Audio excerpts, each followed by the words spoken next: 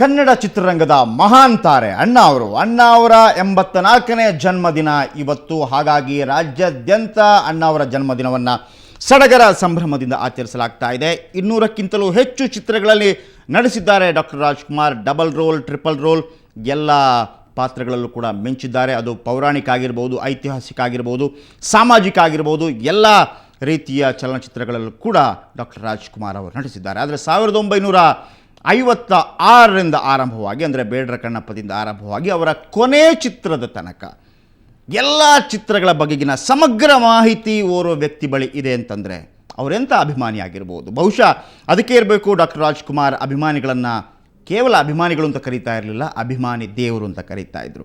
So ಹಾಗಾಗಿ ಇವತ್ತಿನ ವಿಶೇಷ ಕಾರ್ಯಕ್ರಮ ಅಣ್ಣ ಅವರ ಅಭಿಮಾನಿ ದೇವರು.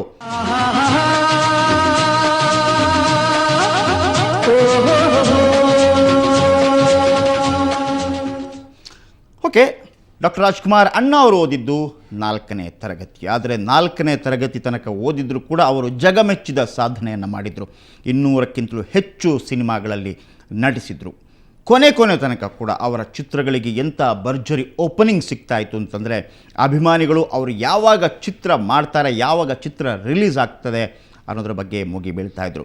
ಹಾಗೆಯೇ ಸಾಕಷ್ಟು ಸದಭಿರುಚಿಯ ಚಿತ್ರಗಳನ್ನು ಕೊಟ್ಟಂತಹ ಡಾಕ್ಟರ್ ರಾಜ್ಕುಮಾರ್ ಅವರ 84ನೇ ಜನ್ಮದಿನ ಇವತ್ತು ನಾನು ನಿಮಗೆ ಮೊದಲೇ ಹೇಳಿದೆ, ಒಂದು ಓರ್ವ ವಿಶೇಷ ಅತಿಥಿಯನ್ನು ನಿಮಗೆ ನಾನು ಪರಿಚಯಿಸ್ತಾ ಇದ್ದೀನಿ.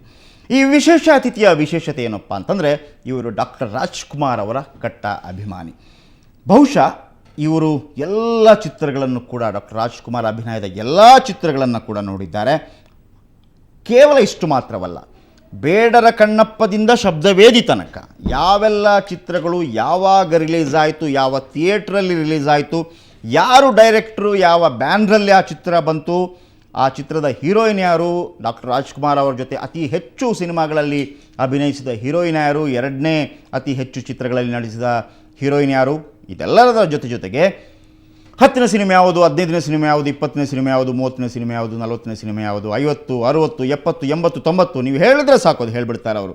ಯಾವಾಗ ಈ ಸಿನಿಮಾ ರಿಲೀಸ್ ಆಯಿತು, ಯಾವ ಥಿಯೇಟ್ರಲ್ಲಿ ರಿಲೀಸ್ ಆಯಿತು, ಯಾರು ಡೈರೆಕ್ಟ್ರು, ಯಾರು ಹೀರೋಯಿನ್, ಎಲ್ಲವನ್ನು ಕೂಡ ಹೇಳುವಂತಹ ಬಹುಶಃ ಡಾಕ್ಟರ್ ರಾಜ್ಕುಮಾರ್ ಅವರ ನಂಬರ್ 1 ಅಭಿಮಾನಿ ಅಂತ ಕರಿಬೋದು. ಬಹುಶಃ ಅದಕ್ಕೆ ನಾನು ಮೊದಲೇ ಹೇಳಿದೆ, ಡಾಕ್ಟರ್ ರಾಜ್ಕುಮಾರ್ ಅವರು ತಮ್ಮ ಅಭಿಮಾನಿಗಳನ್ನು ಅಭಿಮಾನಿ ದೇವರು ಅಂತೇಳಿ ಕರೀತಾ ಇದ್ರು. ಅದು ಒಂದು ರೀತಿಯಲ್ಲಿ ಹೊಸ ಟ್ರೆಂಡ್ ಆಗಿ ಬದಲಾಯಿತು ಕೂಡ. ಇವತ್ತಿನ ದಿನ ದೇವಮಾನವರನ್ನು ನೆನಪಿಸುವಂಥ ದಿನ ಅಂತ ಹೇಳ್ಬೋದು. ಬಸವಣ್ಣ ಅವರ ಜಯಂತಿ, ಪವಾಡ ಪುರುಷ ಸತ್ಯಸಾಯಿ ಬಾಬಾ, ಅಸಂಖ್ಯಾತ ಭಕ್ತಾದಿಗಳನ್ನು ಹೊಂದಿದಂತಹ ಸತ್ಯಸಾಯಿ ಬಾಬಾ ಅವರು ಮರೆಯಾಗಿ 1 ವರ್ಷ. ಕ್ರಿಕೆಟ್ ದೇವರು ಸಚಿನ್ ತೆಂಡೂಲ್ಕರ್ 40ನೇ ವರ್ಷಕ್ಕೆ ಕಾಲಿಡ್ತಾ ಇದ್ದಾರೆ. ಹಾಗೆಯೇ ಕನ್ನಡ ಚಿತ್ರರಂಗದ ಧ್ರುವತಾರೆ ಎಂದೂ ಮರೆಯಲಾಗದ ಡಾಕ್ಟರ್ ರಾಜ್ಕುಮಾರ್ ಅವರ 84ನೇ ಜನ್ಮದಿನ.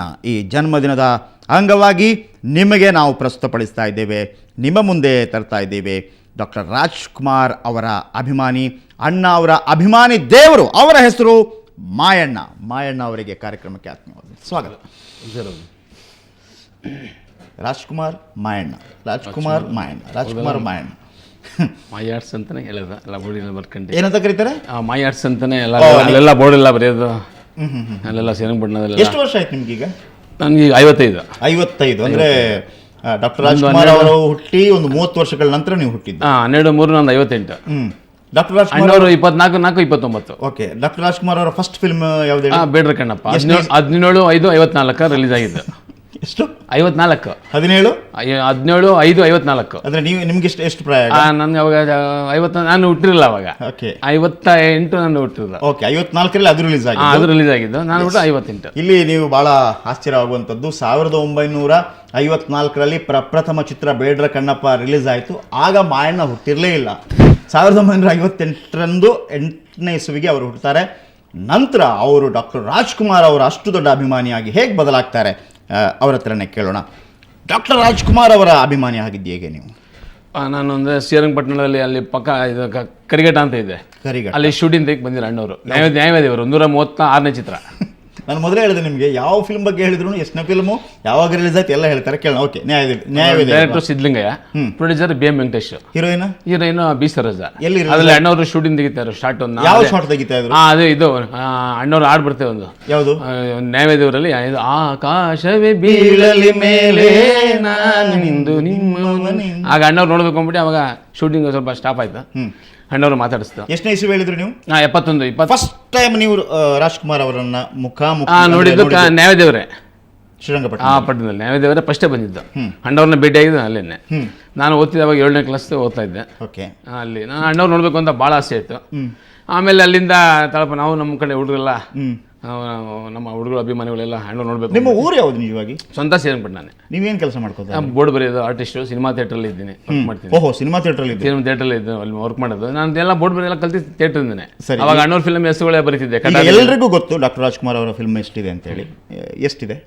205. 205. ಕೊನೆ ಸಿನಿಮಾ ಶಬ್ದವಿದೆ. ಓಕೆ, ಯಾವ ಸಿನಿಮಾವನ್ನ ಅತಿ ಹೆಚ್ಚು ನೋಡಿದಿರಿ? ಜಾಸ್ತಿ ಬಂಗಾರದ ಮನುಷ್ಯ. ಎಷ್ಟು ಸಲ ನೋಡಿ? ಅದೊಂದು 35 ಸಲ ನೋಡಿದ್ದೀನಿ. ಓಕೆ. 31/3/72 ರಿಲೀಸ್ ಆಗಿದ್ದು. ನೀವೆಲ್ಲ ಸಿನಿಮಾ ನೋಡಿದ್ದೀರಾ? ಸುಮಾರು ಸಿನಿಮಾ ಎಲ್ಲ ನೋಡಿದ್ದೀನಿ. ಅದರಲ್ಲಿ ಒಂದು 4-5 ಫಿಲ್ಮ್ಗಳು ನೋಡಿಲ್ಲ ಅಷ್ಟೇ.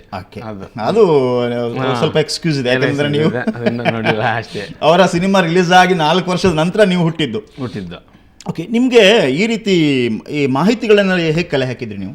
ಅಂದರೆ ನಾನು ಚಿಕ್ಕರು ಅಣ್ಣವ್ರ ಬಗ್ಗೆನೇ ಬರಿತಾ ಇದ್ದೆ. ಬೋರ್ಡ್ಗಳು ಬರೆಯೋದು ಎಲ್ಲ ಇದು ಮಾಡೋದು, ಅಣ್ಣವ್ರ ಬಗ್ಗೆ ಪೋಸ್ಟ್ಗಳ ಮೇಲೆ ಅಂಟಿಸೋದು, ವಾಲ್ ಪೋಸ್ಟ್ ಎಲ್ಲ ಬರೆಯುತ್ತೆ ಸಿನಿಮಾ ಥಿಯೇಟ್ರಲ್ಲಿ. ಆಗ ಇವೆಲ್ಲ ಬ್ರಷ್ಗಳು ಇರಲಿಲ್ಲ, ಈಚಲ್ಗಡ್ಡಿ ಬ್ರಷ್ ಇತ್ತು ಅವಾಗೆಲ್ಲ. ಅದರಲ್ಲೇ ಎಲ್ಲ ಮುಂದೆ 71-72 ಅಲ್ಲಿಂದ ಸ್ಟಾರ್ಟ್. ಓಕೆ, ನೀವು ಸ್ಕೂಲ್ನ ಬಿಟ್ಟು ನಾನು ಸಿನಿಮಾಗೆ ಸೇರ್ಕೊಬಿಟ್ಟೆ. ಓಕೆ, ನ್ಯಾಯವೇ ದೇವರ ಸಂದರ್ಭದಲ್ಲಿ ನೀವು ರಾಜ್ಕುಮಾರ್ ಅವರ ಶ್ರೀರಂಗಪಟ್ಟಣದಲ್ಲಿ ನೋಡಿದ್ರಿ. ಯಾವ ಹಾಡು ಹೇಳಿದ್ರಿ?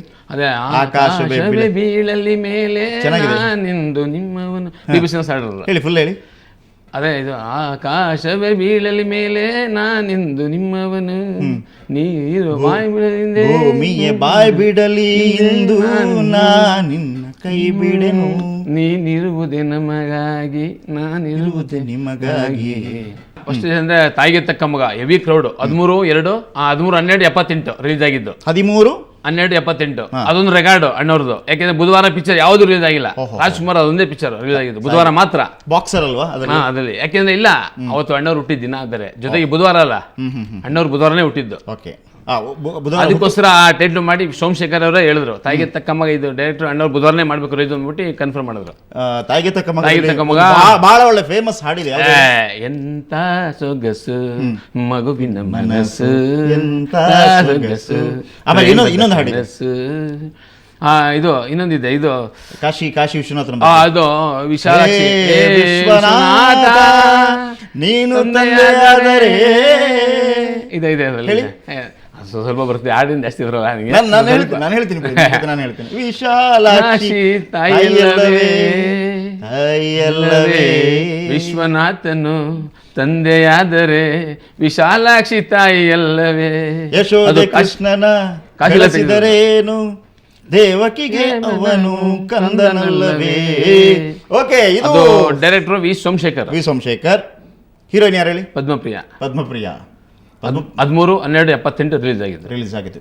ಎಲ್ಲಿ ಫಸ್ಟ್ ರಿಲೀಸ್ ಆಗಿದ್ದು ಆ ಸಿನಿಮಾ? ಬೆಂಗಳೂರಿನಲ್ಲಿ. ಇದು ಸಂತೋಷ್ ಥಿಯೇಟರ್. ಆ ಸಂದರ್ಭದಲ್ಲಿ ಕೂಡ ಮೈಸೂರು ರಂಜಿತ್, ನಾವು ಜಾಸ್ತಿ ಮೈಸೂರೇ ಹೋಗ್ತಿದ್ದೆ. ಓಕೆ, ಮಾಯಣ್ಣ ಅವ್ರ ಬಗ್ಗೆ ನೀವು ನೋಡಿದ್ರಲ್ಲ, ಸ್ವಲ್ಪ ನಿಮ್ಗೆ ಭಾಳ ಖುಷಿಯಾಗಿರ್ಬೋದು. ಯಾವ ರೀತಿ ಅವರು ಅಂದರೆ ಭಾಳ ಖುಷಿಯಾಗಿರ್ಬೋದು, ಯಾವ ರೀತಿ ಡಾಕ್ಟರ್ ರಾಜ್ಕುಮಾರ್ ಚಿತ್ರದ ಬಗೆಗಿನ ಸಂಪೂರ್ಣ ಮಾಹಿತಿಯನ್ನು ಅವರು ಕೊಡ್ತಾರೆ ಅನ್ನುವಂಥದ್ದು. ಕೇವಲ ಇಷ್ಟು ಮಾತ್ರವಲ್ಲ, ಸಾಕಷ್ಟು ವಿಚಾರಗಳನ್ನು ಮಾಯಣ್ಣ ಅವರಿಂದ ತಿಳ್ಕೊಳ್ಳೋಣ. ಅಣ್ಣ ಅವರ ಅಭಿಮಾನಿ ದೇವರು. ಈಗ ಒಂದು ಪುಟ್ಟ ಬ್ರೇಕ್, ತಕ್ಷಣ ಬರೋಣ. ಇನ್ನು ಕೆಲವು ಇಂಟ್ರೆಸ್ಟಿಂಗ್ ವಿಷಯಗಳನ್ನು ಮಾರಣ್ಣ ಅವ್ರ ಹತ್ರ ಕೇಳೋಣ.